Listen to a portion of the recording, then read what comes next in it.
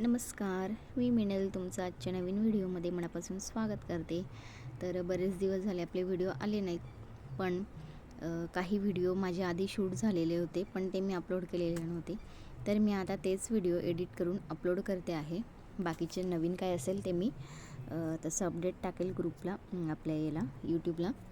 तर आम्ही ना गाडी घेतली होती, तर त्यानंतर आम्ही खाटू श्यामला जाणार होतो. तर असंच काहीतरी अडचणी येत होत्या. मग एक दिवस असंच ठरवलं, संडेच्या दिवशी आम्ही यांनाही सुट्टी होती आणि मुलांनाही सुट्टी होती, तर मग आम्ही संडेच्या दिवशी निघालो सकाळी मॉर्निंगला. इतकं छान आणि इतकं फ्रेश वाटत होतं आणि इतकी पॉझिटिव्ह वाईब्स येत होती ना, म्हणजे खूप छान वाटत होतं. तर असं प्रसन्न मनाने आम्ही निघालो जयपूरहून साधारणतः 70 किलोमीटर दूर आहे मंदिर, जास्त काही लांब नाही आहे. आणि जसं जयपूरला आलो आम्ही तसं 3 वेळेला जाऊन आलो आम्ही इथं खाटू श्यामला. तर आता इथे बघा, रस्त्याने जाताना आधी रिंगस लागतं, रिंगस गाव आहे, तिथून मग आपल्याला मंदिरापर्यंत अजून साधारणतः 5-6 किलोमीटर खाटू श्याम बाबाचं मंदिर आहे. तर बरेचसे लोक ज्यांची मानता असते ना, ते काय करतात, खाटू श्यामला जाताना रिंगसहून पायी जातात. बऱ्याच लोकांची मानता असते आणि खूप म्हणजे आपण म्हणतो ना नवसाचं, तर तसा हा बाबा आहे, श्याम बाबा. आपण जे मागितलं ते नक्कीच देतो बाबा. फक्त मनाने आणि पॉझिटिव्हिटीने आपण विचार ठेवायचा आणि हे करायचं. आता हे बघा, इथं जे ज्यांचे काही मन्नत होती ती पूर्ण झाली, किंवा कोणी काय बोललं असेल, किंवा पायी जायचं वगैरे, तर ते लोक जात आहे. त्यांच्या हातात जे झेंडे दिसत आहेत ते झेंडे तिथे चढवतात. ते तसंही बोललेलं असतं त्यांनी की आम्ही झेंडा चढवू. झेंड्याच्या वरच्या टोकाला नारळ बांधलेलं असतं आणि मग तो झेंडा असतो. तर हे लोक जे असतात ना, ज्यांची काही मानता असते, ती जर बोललेली असेल, काही विश पूर्ण झाली असेल त्यांची, तर ते हे पायी जाऊन तिथे चढवतात. आता ते प्रत्येकाची मागण्याची पद्धत वेगळी आहे. कोणी पायी जाऊन मागतं, कोणी बिना चपलांचं. आता हे इथं बघू शकता तुम्ही, रिंगसपासून खाटू श्यामपर्यंत जवळजवळ 5 ते 6 किलोमीटर एवढं अंतर आहे. तिथे अक्षरशः लोटांगण घालून लोकही जातात तिथेपर्यंत. म्हणजे आपण जी इच्छा बोललो ती होतेच पूर्ण. बाबाच्या चरणी आपली जी इच्छा आहे ती अर्पण करायची आणि त्यानंतर मग बाबा नक्कीच आपल्याला त्याचा फळ देतो. हे मला पण अनुभव आलेले आहेत. बघू शकतात किती क्राऊड आहे, किती लोकांची गर्दी तिथं जायला. लोक अक्षरशः आपल्याकडे शिर्डीला कसं पायी जातात ना, शिर्डीला आणि नंतर वणीला गडावर, तर तसं इथं पायी जातात. मोठे डीजे घेऊन जातात, डीजे वगैरे असतात तिथेच. रिंगसले तुम्हाला सगळं टोटली ढोल ताशावाले भेटतात, छोटे डीजे असतात ते भेटतात. तर हे असे ग्रुप असतो काहींचा, तर तिथे जातात. तर आता फायनली आम्ही तिथं पोचलो खाटू श्याममध्ये आणि आमची गाडी पार्किंगला लावली. बघू शकतात किती गर्दी आहे. ही एकच साईडची पार्किंग आहे, अजून अशा भरपूर पार्किंग आहेत आणि इतकी प्रचंड गर्दी असते. आणि नेमकं काय झालं, त्या दिवशी एकादशी होती. तर एकादशीला इतकी भयंकर गर्दी असते, तर विचारता सोय नाही. खूप गर्दी असते एकादशीला. असं म्हणतात की एकादशीला जायला पाहिजे तिथे, तर ते खूप अजून चांगलं हे आहे. तर हे जे ना, हे मेन द्वार आहे, तोरणद्वार म्हणतात त्याला. हे श्यामबाबाचं तोरणद्वार आहे. इकडनं पण एंट्री आहे आणि ह्या साईडने पण एंट्री. तर आम्ही पार्क इकडे केली होती म्हणून आम्ही इकडे आलो. त्यानंतर हातांचा स्टॅच्यू बघू शकता तुम्ही, किती सुंदर असा केलेला आहे. कान्हाचे दोघं हात आहेत आणि हातात बासुरी आहे. समोरच तोरणद्वार आणि तोरणद्वारच्या अगदी समोर आणि मधोमध हे आहे.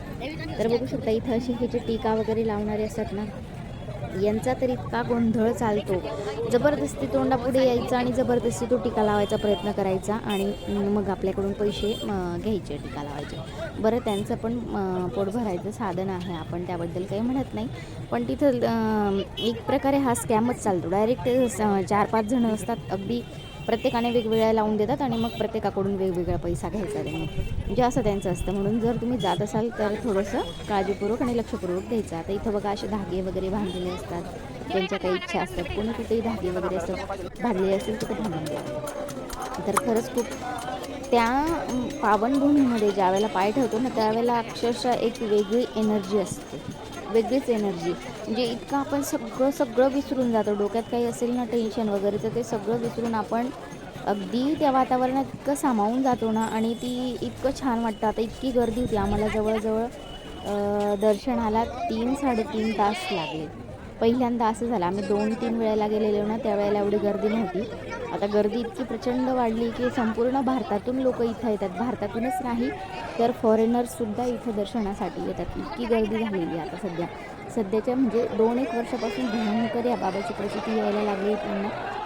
ते आता इथं बघू शकता, मंदिर अजून खूप लांब आहे, पण हे जे रेलिंग आहेत ना, हे लावून दिलेले आहेत. जवळजवळ इथेच आम्हाला पूर्ण फिरत 2 तर 2.5 तास गेले आणि मंदिराजवळही जाताना आम्हाला साधारणतः 1-1.5 तास गेला.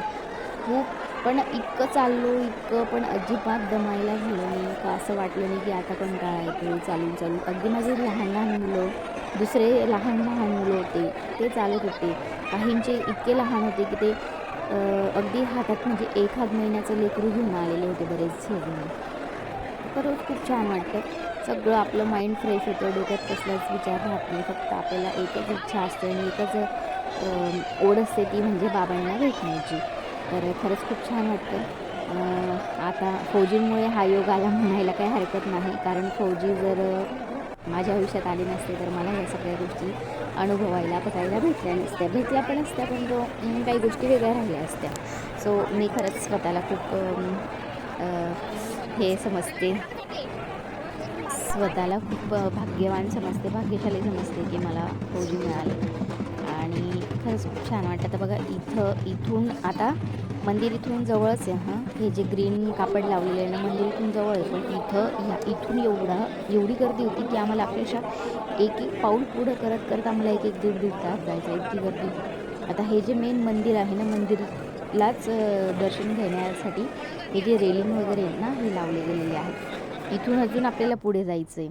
मध्ये आम्ही थोडंसं फोटोशूट केलं. म्हणतात की बाबाला मोरपंख, गुलाबाचं फूल आणि इत्र असतं, ते अत्तर, छोटी बॉटल, ते खूप प्रिय आहे, गुलाबाचं फूल आणि इत्र. तर ते नक्कीच घेऊन जायचं जर तुम्ही जात असाल तर चढवण्यासाठी. तर इथं बघू शकता, इथं रेलिंगमध्ये एवढ्या गर्दीत इथं कुत्रं येऊन झोपलं होतं आणि इतकं शांत झोपलेलं होतं. अक्षरशः लोक जात होते तरी त्याला काहीच असं हे होत नव्हतं. पण विशेष म्हणजे त्याने पण कधीच कोणाला चावा घेतला नाही किंवा असं काही भोंकणं वगैरे, मागे पडणं, असं काही झालं नाही. सो गर्दी इतकी होती त्याच्यामुळे मी दर्शनाचं शूट नाही घेऊ शकली आणि मोबाईल पण तिथं जास्त हे करू देत नाही. म्हणून मग आम्ही दर्शन वगैरे घेतलं आणि आता बाहेर जायला निघालो. बघू शकता, दुकानं पण भरपूर आहेत तिथे. सगळं टोटली वस्तू आहेत, मेहंदीपासून, टॅटूपासून, आपल्याला पूजेला लागणाऱ्या सगळ्या सामग्रीपासून, त्यानंतर धागे, माळा, असे वेगवेगळे हँगिंग वगैरे सगळं असतं इथं. पण आणि हे बघा, हे टी-शर्ट्स वगैरे जे आहेत ना, ते प्रिंट केलेले आहेत श्यामबाबाचे. खूप छान आणि खूप प्रसन्न वाटलं दर्शनानंतर. पण आता परत निघालो आम्ही जयपूरला यायला. आलो परत माघारी आणि मग आम्ही जात होतो रस्त्याने. हे आमचं जयपूरचं जवळचं मार्केट आहे, ते मार्केटमधून आम्ही जात होतो. तर प्रवास खूप छान झाला होता. आता इथं होते पाणीपुरी तर बाहेर गेलो म्हणजे असं होतच नाही की नाही खाल्ली असं. तर पाणीपुरी वगैरे खाल्ली आणि आम्ही आलो होता. हा आमचा आर्मी कॅम्पचा एरिया आहे मधला. अगदी छान आणि प्रसन्न, स्वच्छता, अगदी सुंदर असं वातावरण असतं. सो आम्ही आलो आहे आता परत घरी. आता पोचलो आम्ही क्वार्टरला. तर व्हिडिओ कसा वाटला नक्की मला कमेंट करून सांगा आणि कमेंटमध्ये जय श्री श्याम एकदा नक्कीच लिहा आणि श्यामबाबा तुम्हाला पण लवकर बोलवतील अशी मी प्रार्थना करते. चलो बाय बाय. जय